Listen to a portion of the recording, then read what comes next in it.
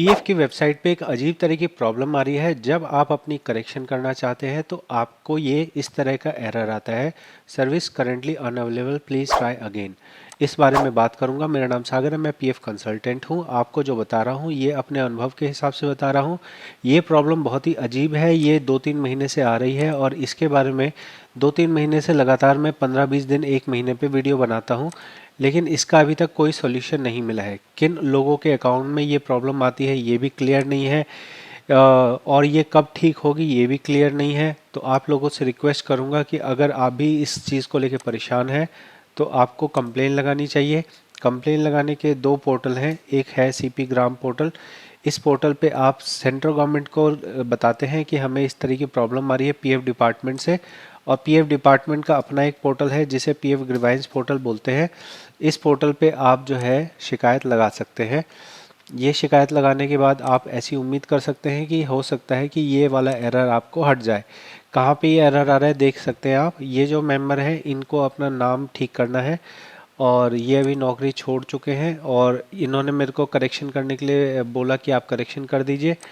लेकिन जब मैंने मैनेज में जाके जॉइंट डिक्लेरेशन पे गया और मैं कोई भी करेक्शन करने की कोशिश कर रहा हूँ तो मैं करेक्शन नहीं कर पा रहा हूँ, जो कि एक बहुत ही गलत चीज़ है। पीएफ ऑफिस को इसे ठीक करना चाहिए। 2-3 महीने का टाइम ऑलरेडी हो चुका है।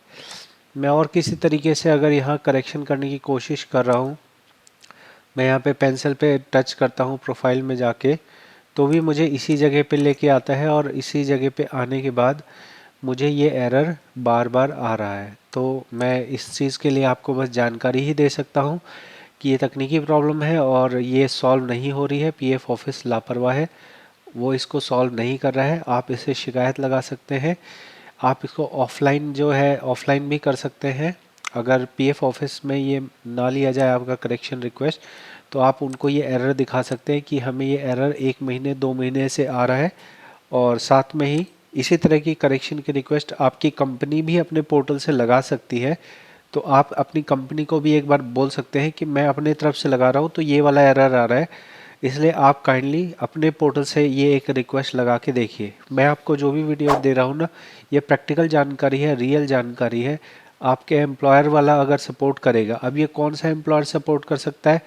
अगर इस यूएन में जो जो कंपनियां हैं, कोई भी एक कंपनी आपकी करेक्शन रिक्वेस्ट लगाएगी, आपका करेक्शन हो जाएगा।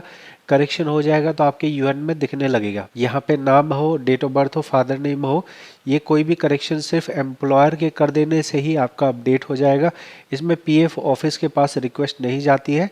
अब जो आपकी बेसिक प्रोफाइल की डिटेल होती है, नाम, date of birth, father name, gender, ये सब चीज़ें सिर्फ और सिर्फ एम्प्लॉयर ही कर देगा, तो आपकी अपडेट हो जाएगी। तो इस काम में 5 मिनट का टाइम लग सकता है। अगर ये एम्प्लॉयर आपको सपोर्ट करता है, एम्प्लॉयर उस अकाउंट को खोल रहा है, उसके बाद करेक्शन रिक्वेस्ट लगा रहा है, तो ये मात्र 5 मिनट में ये काम हो सकता है। तो कंपनी से बात कीजिए, और अगर कंपनी बोले कि हमें भी एरर आ रहा है तो फिर आप जो है लंबे चक्कर में पड़ जाओगे। आपको पीएफ ऑफिस जाके जॉइंट डिक्लेरेशन फॉर्म भरना होगा फिजिकल, उसके बाद ये काम आपका करेक्शन वाला काम हो सकता है।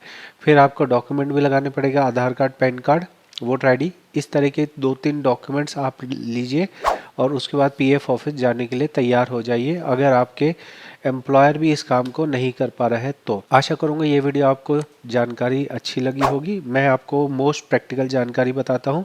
अगर इस जानकारी से आपको फ़ायदा हुआ हो तो ज़रूर से सब्सक्राइब करें।